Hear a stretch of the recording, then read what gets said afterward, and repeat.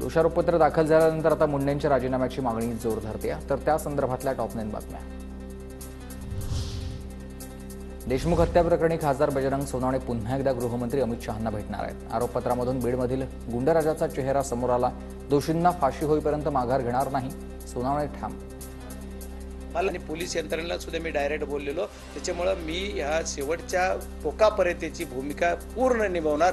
मी आणखी पण अमितभाई शहा साहेबांना भेटणारच आहे.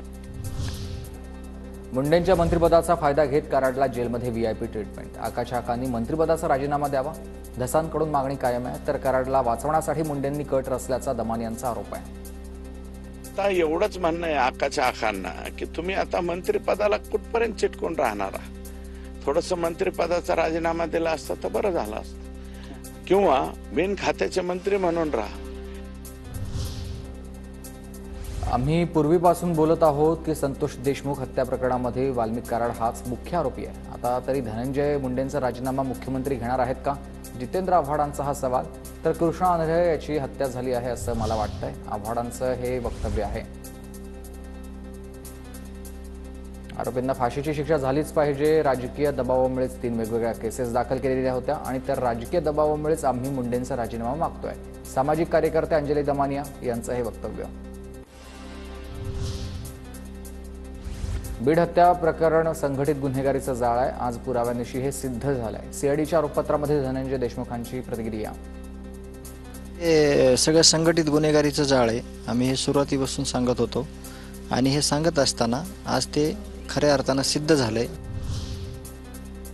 बीड हत्या प्रकरणामधील आरोपींना कारागृहामध्ये व्हीआयपी ट्रीटमेंट. जिल्हा कारागृहानं 22 फेब्रुवारीपूर्वीचे सीसीटीव्ही फुटेज डिलीट केलेले आहेत. देशमुख कुटुंबियांच्या नातेवाईकांचा हा आरोप आहे.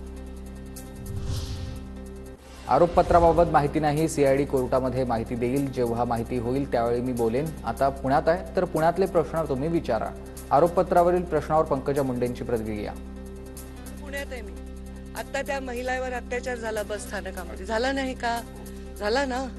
ते प्रश्न विचारा ना. मी पुण्यात आले. तुम्ही बीडचे कशाला प्रश्न विचारताय? पुण्याचे पत्रकार आहेत तुम्ही.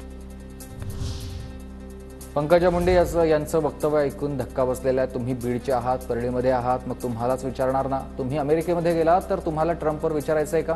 पंकजा मुंडेंच्या वक्तव्यावर अंजली दमानी यांचा पंकजा मुंडेंना हा सवाल आहे. अहो, तुम्ही बीड मधले आहात, तुम्ही परळीला राहता, तुम्हाला जर विचारणार नाही तर कोणाला विचारायचं? तुम्ही जर फिरायला अमेरिकेला गेला तर तुम्हाला काही ट्रम्पवर आम्ही प्रश्न विचारणार का?